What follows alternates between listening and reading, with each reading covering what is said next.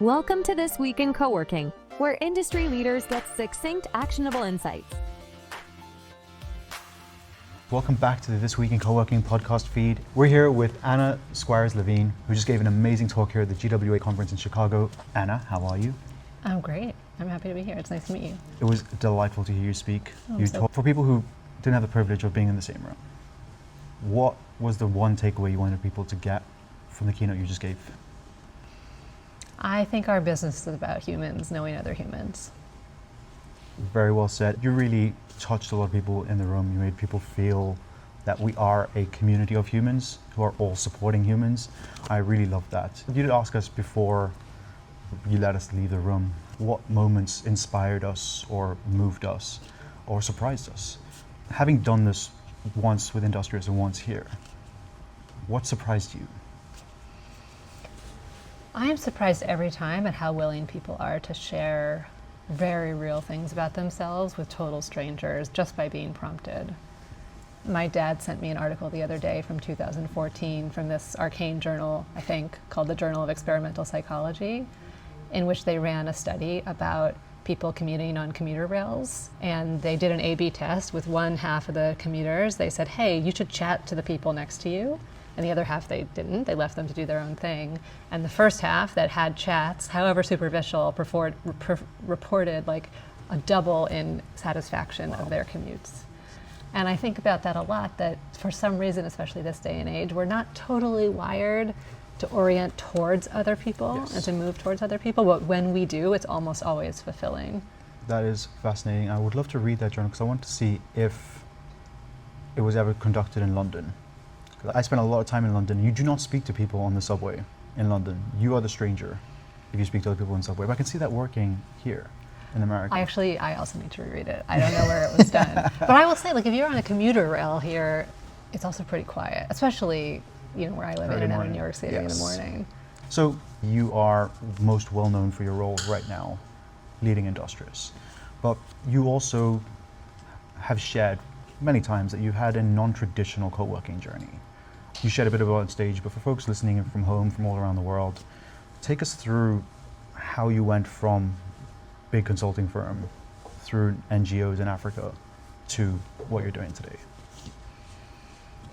I think that at each juncture I've tried to make decisions that, at least knowing the best information I could, solved for that phase of life.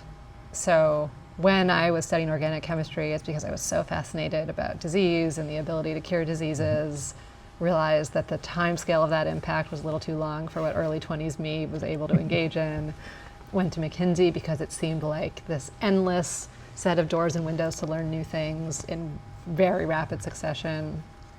And from there, it became all about leadership. How does leadership in the public sector, or the social sector, and now in a private business impact people? And that's basically what I've been trying to prove out in all these different settings over time. That's so inspirational. For you, from what I've heard you speak about and heard you say on stage, leadership is so important. And there are many, many young people coming into the co-working industry, maybe from other industries, who are looking for a career in this industry. And part of that career trajectory is learning to become a leader. So what advice would you give to other women, men, people coming into this industry who have maybe never had to lead? What would you give as one piece of advice to someone who's aspiring to be as good as a leader as you are? Oh, well, I don't know about that. My first time managing other people was almost 20 years ago, and it was miserable.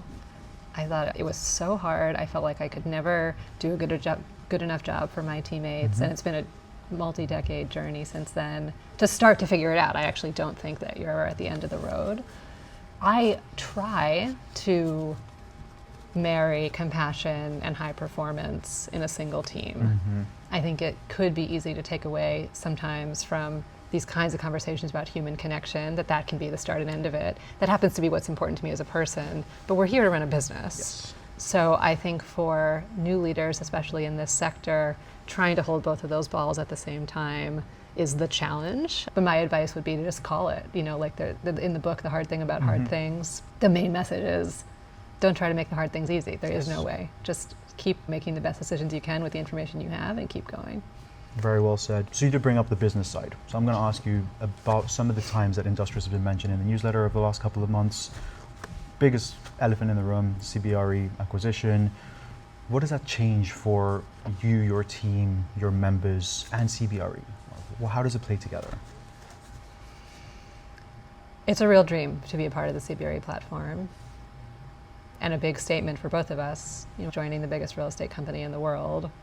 And I think what it means for real estate writ large is that the real estate sector is embracing the idea that experience in this case in the office, but I think in really any real estate asset class matters, that the places exist for people to come to them and do something in them, whether it's a logistics center with 2 employees or a co-working floor with 400 or a corporate office with 1,000. For Industrious, it means being a part of a massive global platform with capabilities literally in every country in the world with respect to design, construction, advisory and brokerage, facilities. And it is opening up new doors for us, not only to continue to expand our co-working network, which we know is really valuable to our members, but also to serve landlords and enterprise companies in whole new ways. Does it change anything for your members? I'm assuming not, but is there any direct impact that they will see because of this acquisition? I think it's good for our members because it's good for us. We have a wonderful permanent home as part of CBRE, and I am focused 99% of my energy, therefore, on our business. How do we deliver value to our members and our tenant customers? How do we reinvest to grow new products for them? How can we enter new countries even more quickly? We get requests all the time to open in new places. So I think the scale and the resourcing of the platform we're now a part of will provide benefits to our members. That's so cool. But I'm going to take it back a sec. So I know that you did a lot of work in Africa pre-co-working world.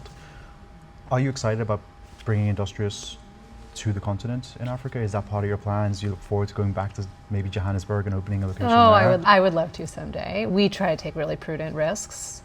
And in fact, we waited a long time to open internationally, way past when others suggested we could, because we wanted to be sure, by and large, that we could do it and do it properly and do it well. And it's always hard. Opening a new country is always hard, but we're trying to be quite methodical about it.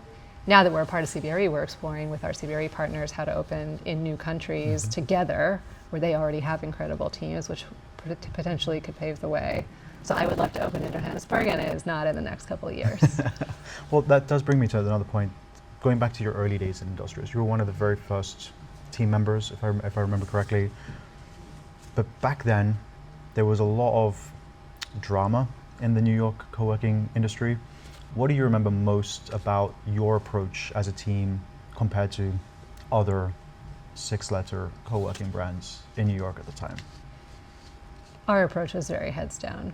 It might sound cliche, but we literally had a picture taped to the wall of our office from the Olympics of Michael Phelps and Chad Leclos swimming, where Michael Phelps is doing the butterfly and he's ahead and Chad Leclos turns his head to look at him, and we were just like, we're Michael Phelps. We're doing our thing, we are making decisions that we think are right for our business, our economics, our members, and it'll be what it'll be. It's a great way to see it. You think that it was just you being more focused on the product as opposed to the glitz and glamour? I think we very early on chose and had to solve for a business economically that could be profitable just more quickly. That's a choice. And that was not in vogue at that time. That was an era when private equity and venture capital money was flowing for revenue-based multiples. So it was not obvious to solve for profitability. But because of our funding structure, we had to, and we chose to, and I think that paid off in the long run. That's a really interesting way to look at it. Thank you for sharing that. I have a question about something else you always put on stage to do, and that's talking about the data. There is a lot of data in co-working in businesses across multiple platforms. You are a numbers person. What are the 3 things that every co-working operator, the 3 numbers that they need to know before they walk into any room? If I think about the data points that we employ and actually make decisions based on a day-to-day basis, there are 3. One about growth in network, one about profitability, one about revenue, and one about customer satisfaction. On the profitability point, we look at same-store EBITDA religiously. Okay. We try to understand how much of our growth and profit is coming from the network we already have versus new locations we're bringing online. when you're growing quickly, it can be easy to not make that distinction and let the existing location slide while you're bringing on new ones. In our case, it's the opposite because we're keeping a careful eye on it. The second thing is we look at the incremental revenue we're adding to the business each month. That's the main goal that all of our P&L owners are incentivized on. As in not only new sales and not only member retention or churn, but when you put that together, what's the net effect? New sales in minus customers leaving, and is that enough to reach our goals? And then lastly, we look at NPS religiously. It has its flaws as a metric, but we've been measuring it for 13 years, and so we have a lot of data on how it relates to other things in the business, and the qualitative feedback we get is also super important about people's lived experience. So on that data note, is there one point of data that you keep hearing people talk about but you wish people would just ignore? Is occupancy important to the decisions you make, or is it just one of those numbers that people like to say we're at 90% occupancy, but they're not measuring those three other valid points? Yeah, we do not look at occupancy on a standalone basis. It's kind of like price times quantity equals revenue. So if occupancy is the quantity metric in that, then you got to understand the pricing too. We look at those two things in concert, and we change pricing in order to change occupancy to achieve a certain revenue that is required for that particular location. Got it. To the extent that people are only looking at occupancy, I think it's only part of the equation.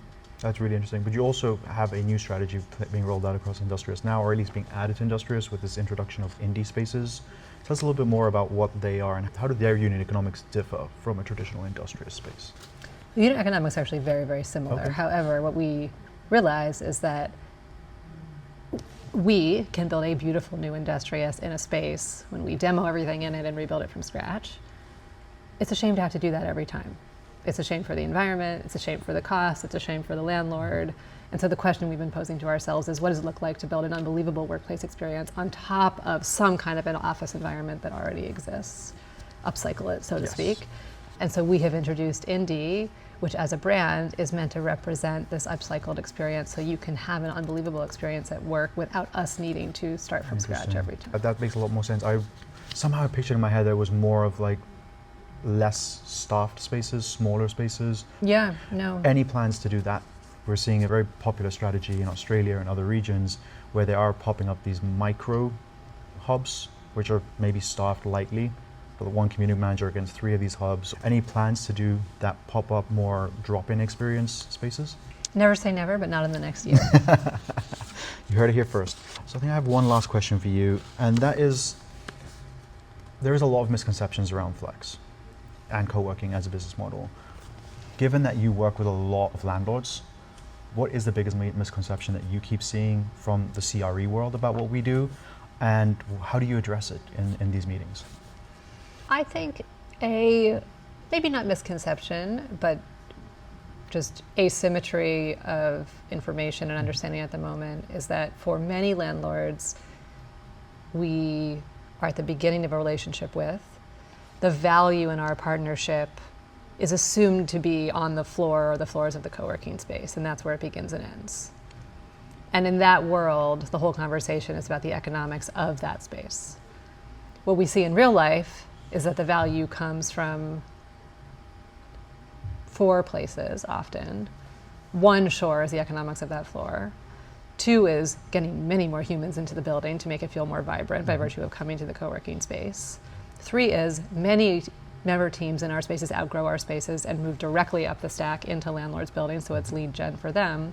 And then 4, we actually run whole building experience for many landlords. And so we can market, sell, and monetize conference centers that are sitting empty, making money out of spaces that otherwise are just sitting there for landlords. We can create community among tenants in the buildings. We can help with service recovery, and ultimately we can help with leasing to help lease up the whole building much faster. And so with the landlord partners with whom we're able to zoom out that far, we can do some pretty cool and transformative things together. And now you have an amazing global platform through which to do that. I'm super excited for what comes next for Industrious, what comes next for you. Thank you for joining us. And I look forward to having you again on the podcast maybe sometime soon to catch up and just go through what has changed and what hasn't. I'd love that. I'll see you in New York. Cool.